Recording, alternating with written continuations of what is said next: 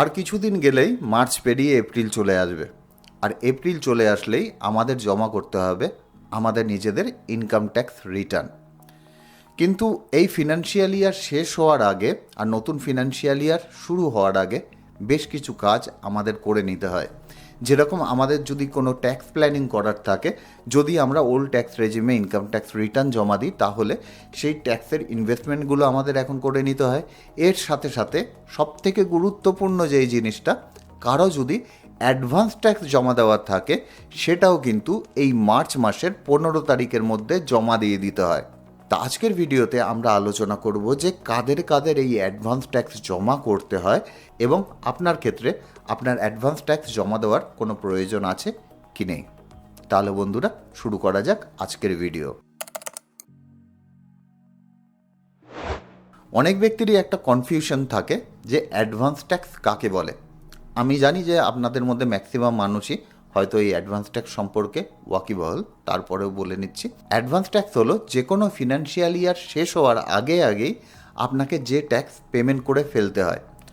অর্থাৎ ম্যাক্সিমাম লোকের একটা ধারণা থাকে যে একটা ফিনান্সিয়াল ইয়ার শেষ হওয়ার পরে আমরা যখন আমাদের ইনকাম ট্যাক্স রিটার্ন জমা করব, তখন বোধহয় আমাদের ইনকাম ট্যাক্স জমা করতে হয়।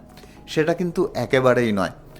আমাদের ফিনান্সিয়াল ইয়ার চলাকালীনই কিন্তু আমাদের যে ট্যাক্স হয় সেই ট্যাক্সটি আমাদের পেমেন্ট করে দিতে হয়। তারপরে যে ব্যালেন্স অ্যামাউন্টটি থাকে সেটি আমাদের ইনকাম ট্যাক্স রিটার্ন জমা দেওয়ার সময় জমা করতে হয়। উদাহরণ হিসাবে বলি যে এখন যেরকম 25-26 ফিনান্সিয়াল ইয়ার, এখন 25-26 ফিনান্সিয়াল ইয়ার শেষ হবে হলো 31 মার্চ 2026-এ।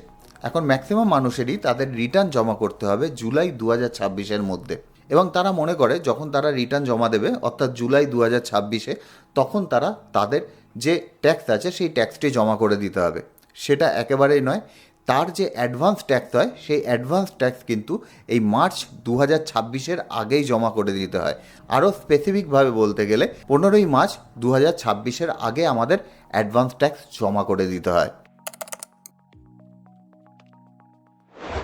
এখন অনেকের মনে প্রশ্ন আসবে যে অ্যাডভান্স ট্যাক্স তাহলে আমাদের কাদের কাদের জমা করতে হয়।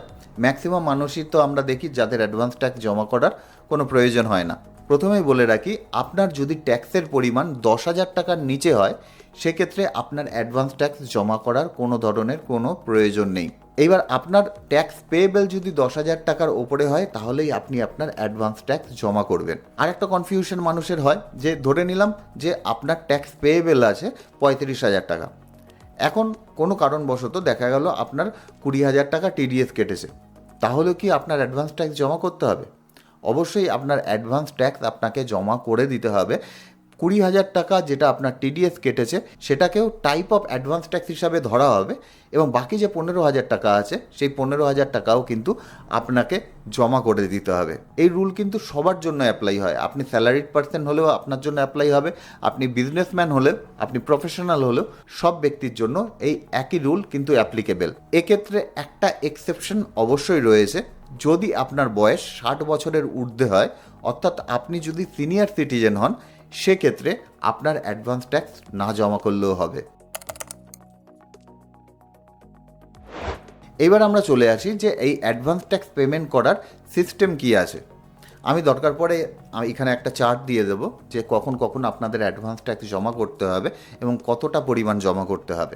আপনারা কিন্তু স্ক্রিনে দেখতে পাচ্ছেন যে ফার্স্ট ইনস্টলমেন্ট আমাদের জমা দেওয়ার আছে, বা ছিল বলতে পারি, সেটা 15ই জুন 2025-এ, এবং এটা পরের বছর যখন যাবে সেটা কিন্তু 25-এর জায়গায় 26 হয়ে যাবে। আপনার যে টোটাল ট্যাক্স হবে তার 15%।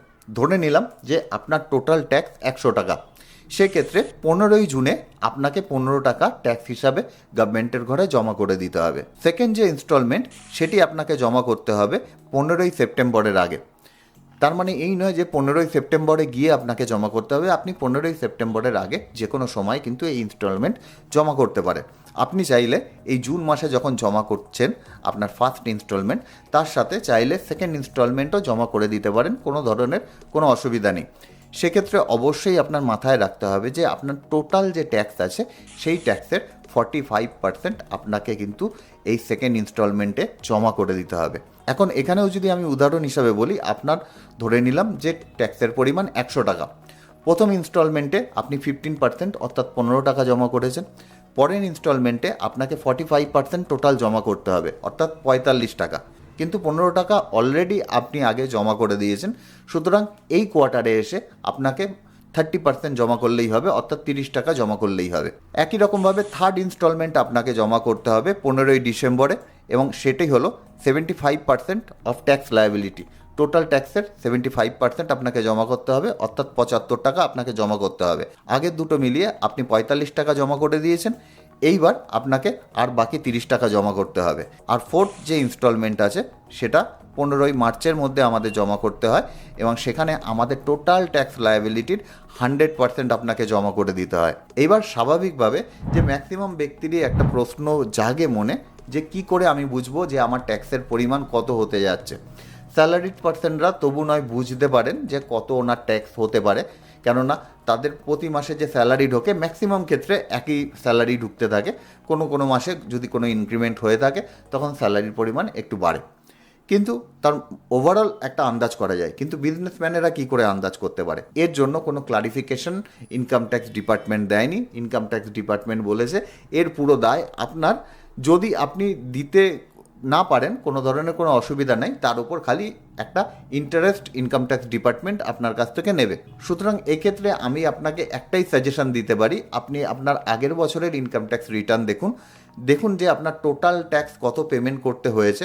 যদি এই বছর মোটামুটি রকম একই ধরনের বিজনেস আপনি করে থাকেন, তাহলে আগের বছর যা দিয়েছিলেন তার থেকে 5% অথবা 10% আন্দাজ মতন করে একটু বাড়িয়ে প্রতিটা ইনস্টলমেন্টে আপনি জমা করে দিতে পারেন।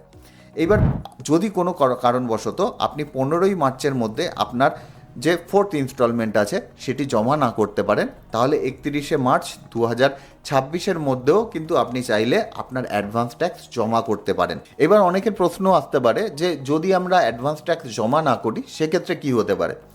সেক্ষেত্রে কিন্তু সিম্পল একটা নিয়ম আছে, সেটি হলো আন্ডার সেকশন 234C-তে যে নিয়ম রয়েছে সেটা হলো আমাদের যে অ্যাডভান্স ট্যাক্স আমরা জমা করিনি তার উপর 12 থেকে 36% পর্যন্ত ইন্টারেস্ট আমাদের পেমেন্ট করতে হতে পারে। এবার অ্যাডভান্স ট্যাক্সের নিয়ম তো আমরা জেনে নিলাম, কিন্তু আমরা কিভাবে পেমেন্ট করতে পারি। অ্যাডভান্স ট্যাক্স পেমেন্ট করার যে নিয়ম আছে সেটা কিন্তু সিম্পল। আপনি ইনকাম ট্যাক্স পোর্টালের মধ্যে গিয়ে ই পেমেন্ট অপশানে গিয়ে আপনি আপনার অ্যাডভান্স ট্যাক্স পেমেন্ট করতে পারেন। এর জন্য একটা সেপারেট ভিডিও আমাদের করা আছে, কিন্তু আপনি আপনার ট্যাক্স কিভাবে জমা করতে পারেন আমি ডেসক্রিপশন বক্সে লিঙ্ক দিয়ে দেবো, এছাড়া পারলে আমি আই বাটনেও দিয়ে দেবো, আপনি দেখে নিতে পারেন।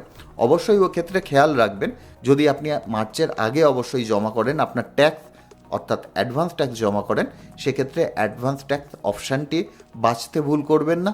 2 নম্বর, আপনার অ্যাসেসমেন্ট ইয়ার বাছতে কিন্তু ভুল করবেন না, কেননা আপনি যেহেতু এখন 25-26 ফিনান্সিয়াল ইয়ারে আছেন, তার যে অ্যাসেসমেন্ট ইয়ার হবে সেটা অবশ্যই 26-27 হবে। কেননা ম্যাক্সিমাম মানুষই কিন্তু অনেক সময় ভুল করে 25-26 বেছে নেন এবং ভুল ফিনান্সিয়াল ইয়ারে সেটা জমা হয়ে যায়, পরে কিন্তু অনেক ধরনের সমস্যা আসে। আশা করি ভিডিওটি থেকে আপনাদের অল্প কিছু হলেও ভ্যালু প্রোভাইড করতে পারলাম। সুজয় বৈদ্য, সাইনিং অফ।